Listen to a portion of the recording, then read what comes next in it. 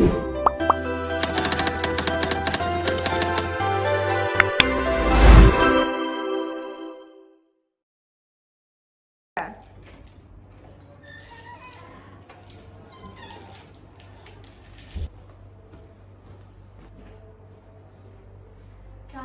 warahmatullahi wabarakatuh. Waalaikumsalam warahmatullahi wabarakatuh. Selamat pagi anak-anak. Pagi, Bu. Gimana kabarnya hari ini? Baik. Alhamdulillah. Sehat. Sudah sarapan semua? Belum. Semoga walaupun kalian belum sarapan tetap semangat ya buat pelajaran hari ini. Ya, Bu. Baik, sebelum memulai pelajaran pada pagi hari ini, Ibu mau minta tolong kepada ketua kelas untuk memimpin berdoa. Silakan ketua kelas. Sebelum memulai kegiatan belajar pada pagi hari ini, marilah kita berdoa bersama-sama. Berdoa mulai. Berdoa selesai. Baik, terima kasih ketua kelas. Baik, sebelum itu Ibu akan memeriksa kehadiran kalian terlebih dahulu. Bagaimana ketua kelas, teman-temannya hadir semua kah? Hadir semua, Ibu. Oh, baik. Tapi sebelum itu Ibu mau tanya kepada kalian, siapa di sini yang bisa menyebutkan salah satu sikap pelajar Pancasila yang sering kalian terapkan? Iya, Sasa. Mandiri, Ibu. Saya selalu mengerjakan PR sendiri di rumah. Luar biasa ya Sasa, mandiri itu penting. Terutama nanti ketika kalian menganalisis teks cerita rakyat. Oh, baik. Nah, hari ini kita akan belajar mengenai cerita rakyat. Dengan tujuan pembelajaran hari ini, Ibu harap kalian dapat mengenal ciri intrinsik dan ekstrinsik dari cerita rakyat itu sendiri, serta dapat menyampaikan nilai-nilai budaya, sosial, dan sebagainya yang ada di dalam cerita rakyat tersebut. Dan hari ini kalian akan bekerja dalam diskusi kelompok kecil. Dan nanti di akhir pembelajaran kalian akan mempresentasikan di depan kelas. Nah, sebelum itu Ibu mau memberi pertanyaan dulu kepada kalian.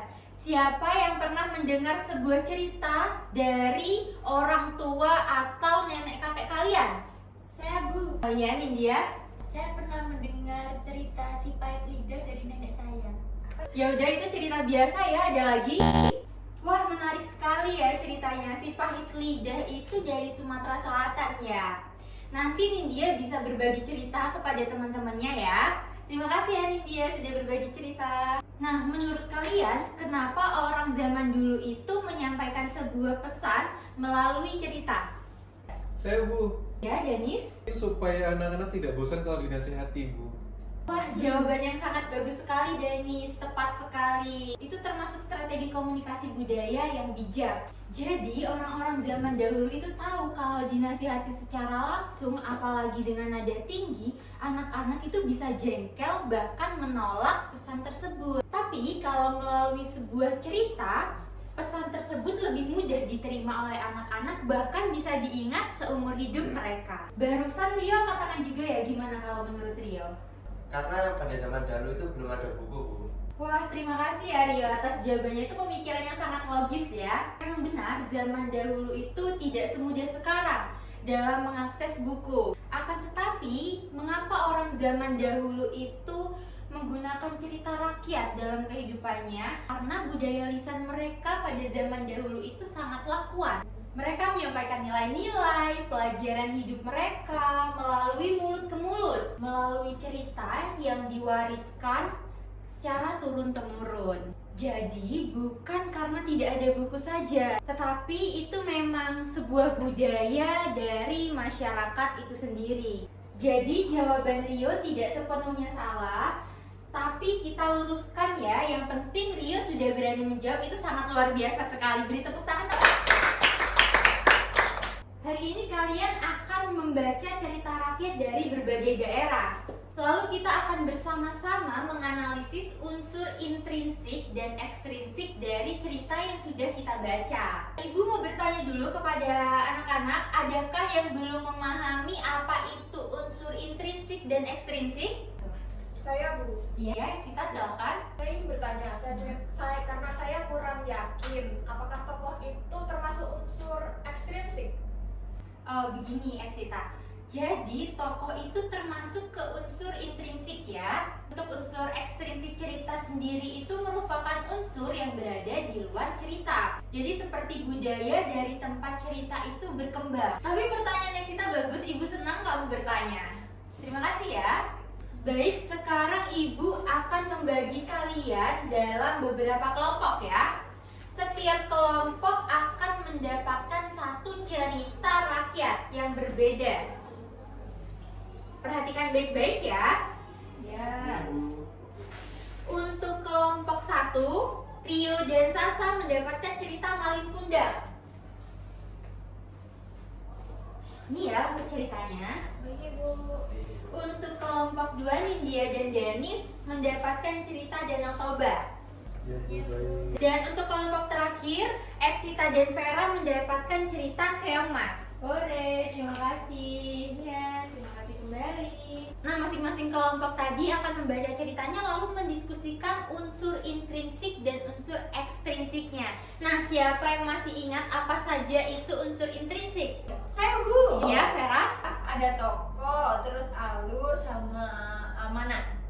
Bagus sekali Vera, tapi nanti ditambahkan ya, kalian jadi menganalisis unsur intrinsik dan ekstrinsiknya juga. Bu, saya mau tanya. Iya, Danis, gimana? Unsur ekstrinsik itu berarti kayak setting tempat ya, Bu? Kalau setting tempat itu masuknya ke unsur intrinsik, Danis. Nah, kalau unsur ekstrinsik itu biasanya berhubungan dengan hal-hal yang ada di luar cerita, seperti latar belakang pengarang, nilai sosial, budaya, ataupun kondisi masyarakat saat cerita itu ditulis. Oh begitu, paham. Baik Bu, terima kasih. Baik, untuk sekarang kalian bisa mulai membaca dan mendiskusikan bersama teman kelompok kalian. Ingat ya, catat poin-poin pentingnya. Jangan lupa untuk menandai tokoh utama, konfliknya, dan juga nilai budaya yang terdapat di cerita tersebut. Karena kalian sudah duduk bersama teman kelompok masing-masing, kalian bisa mulai membaca teks ceritanya dan juga diskusikan masing-masing. Nah, baca cerita rakyatnya secara senyap ya. Jangan berisik dan mengganggu teman kelompok lainnya. Lalu catat juga poin-poin pentingnya di lembar yang sudah Ibu berikan tadi ya. Ibu, saya mau bertanya. Iya, bagaimana Sasa? Kalau misalkan kami masih bingung terhadap teksnya, apakah boleh membuka kamus digital ya Bu? Ataukah langsung bisa bertanya ke Ibu? Ya cari aja sendiri, masa nanya terus. Tentu saja boleh Sasa, kalian bisa mencari melalui kamus digital atau langsung tanya ke Ibu. Atau kalian nanti mau berdiskusi sama teman sekelompok yang lain juga boleh ya.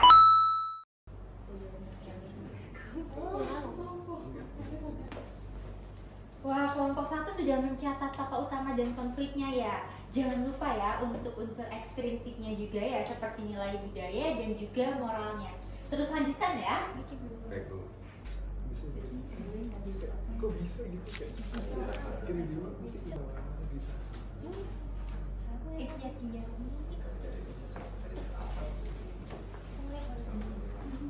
Jadi, wah seru ya kalian ngobrolnya, tapi jangan lupa ya diskusikan. Cerita Danau Toba itu sangat menarik loh, apalagi kalau kalian bisa menemukan amanat ceritanya. Yuk fokus ya, 15 menit lagi ya. Nanti bisa cerita-cerita lagi ya. Iya Bu. Baik Bu. Kelompok 3 kok sepi banget, cepetan dong, jangan lelet. Kelompok 3 kok diam semua, ada yang masih dibingungkan?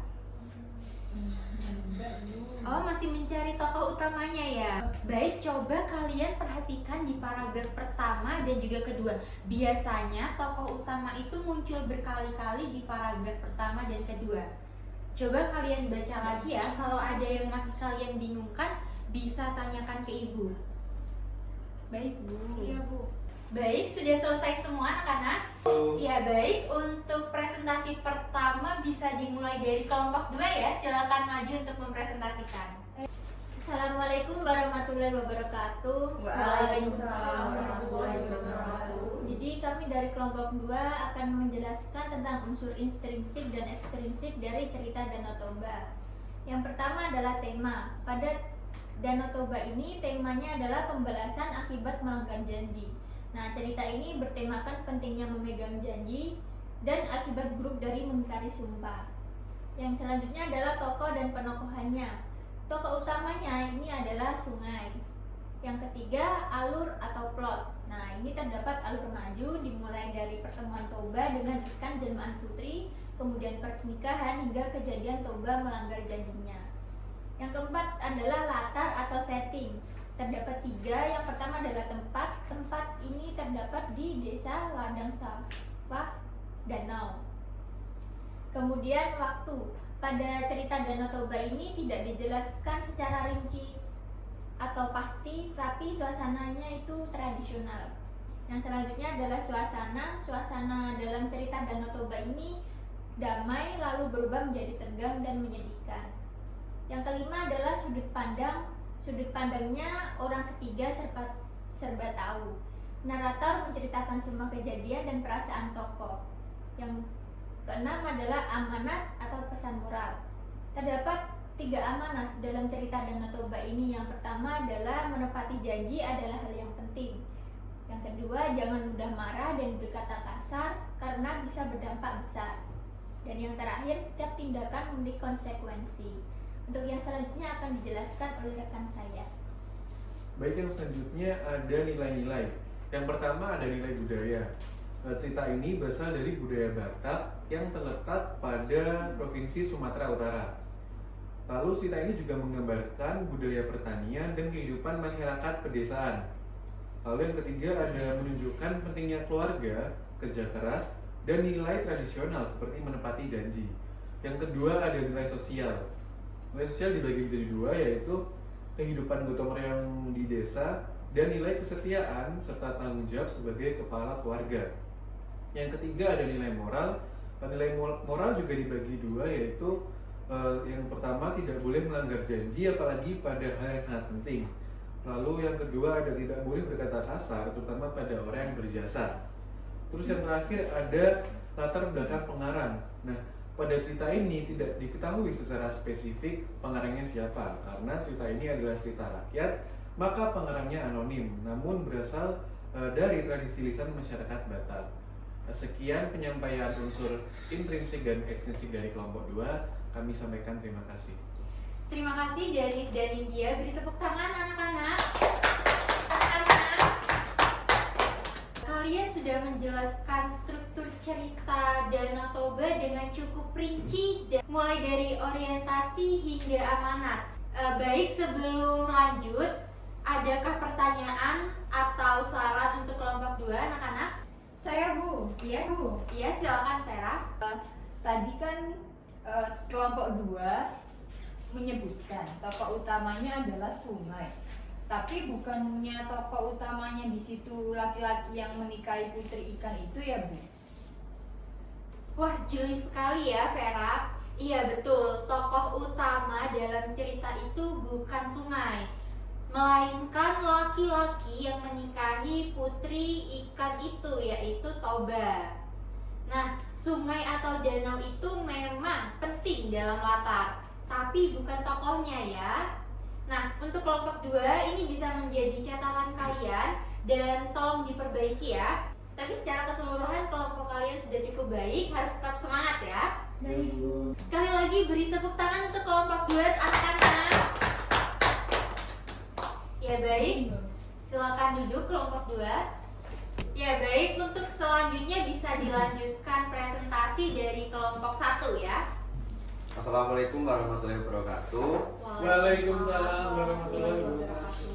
Kami dari kelompok 1 akan menjabarkan hasil dari analisis kami, yakni unsur intrinsik dan ekstrinsik dari cerita Malin Kundang. Yang pertama, ini ada unsur intrinsiknya. Yang pertama, tema. Tema yang ada di dalam cerita Malin Kundang adalah durhaka kepada orang tua akan membawa kesengsaraan. Lalu cerita ini juga mengenai balasan atas ketidakpatuhan seorang anak kepada ibunya. Lalu yang kedua adalah tokoh dan penokohan. Di dalamnya ada Malin Kundang sebagai tokoh utama. Malin Kundang sendiri ini memiliki karakter yang rajin, cerdas, ambisius, tetapi kemudian sombong dan durhaka.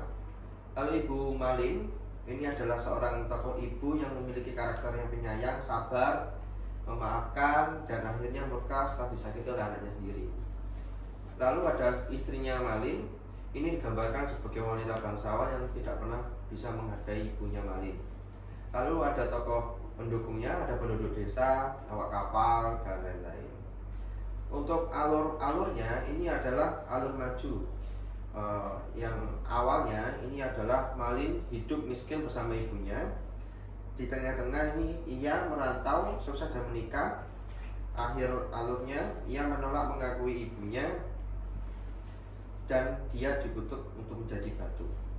Untuk latarnya ini bertempat di desa pesisir pantai Sumatera Barat, ada di pelabuhan dan laut. Lalu waktunya pada zaman dahulu, pada saat pagi, siang, dan sore. Suasananya haru, bahagia, tegang, dan sedih. Sudut pandang ini menggunakan sudut pandang ketiga atau serba tahu. Jadi bentuk pemisahannya dari luar tokoh, tetapi tahu semua perasaan dari setiap tokohnya. Yang terakhir ada amanat.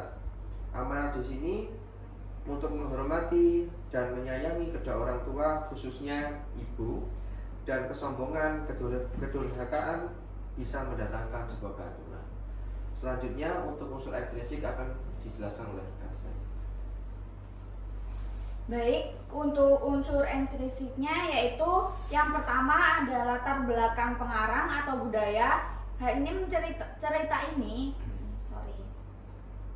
Cerita ini berkembang di Sumatera Barat yang mencerminkan budaya Minangkabau yang sangat menjunjung tinggi nilai keluarga dan adat istiadat. Lalu yang kedua ada nilai sosial. Nah, dalam cerita ini mempunyai 3 nilai sosial. Yang pertama ada nilai bakti kepada orang tua. Yang kedua ada nilai kerja keras, yaitu Malin yang rajin bekerja saat muda. Dan yang terakhir ada nilai moral tentang pentingnya rendah hati dan tidak melupakan asal usul. Lalu untuk unsur yang ketiga ada nilai budaya. Nah, di sini terdapat dalam cara berpakaian, kehidupan masyarakat pesisir, serta adat istiadat pernikahan dan penghormatan kepada orang tua.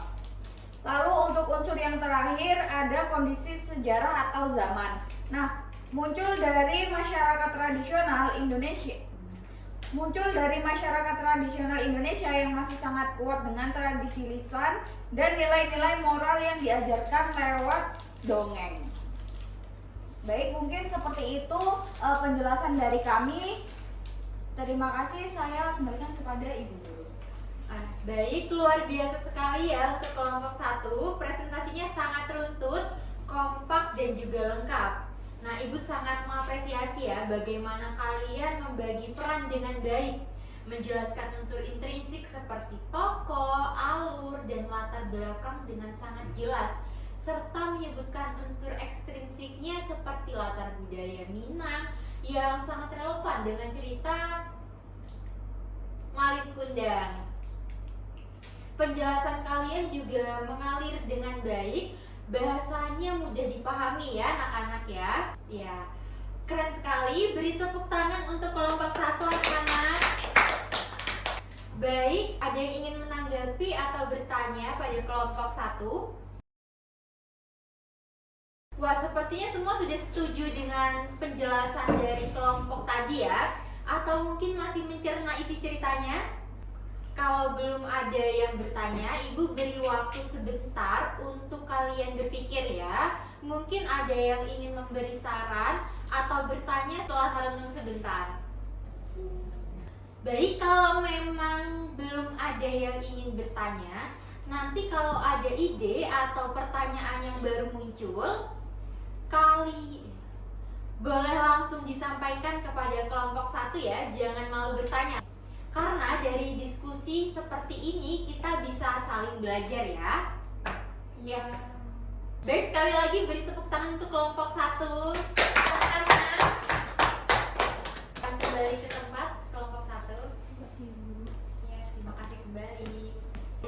Sekarang kita beri kesempatan kepada kelompok terakhir ya. Kelompok 3 silakan maju untuk mempresentasikan mengenai cerita Keong Emas ya.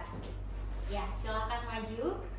Assalamualaikum warahmatullahi wabarakatuh. Waalaikumsalam warahmatullahi wabarakatuh. Perkenalkan, nama saya Vera Oktaviani Widayanti dan rekan saya Asita Permata Kalbu. di sini saya dan teman saya akan mempresentasikan unsur-unsur intrinsik dan ekstrinsik yang ada pada cerita Keongmas. Ya, pertama unsur intrinsiknya ada tema. Temanya kebaikan akan selalu menang atas kejahatan. Kemudian kasih sayang kakak dan adik.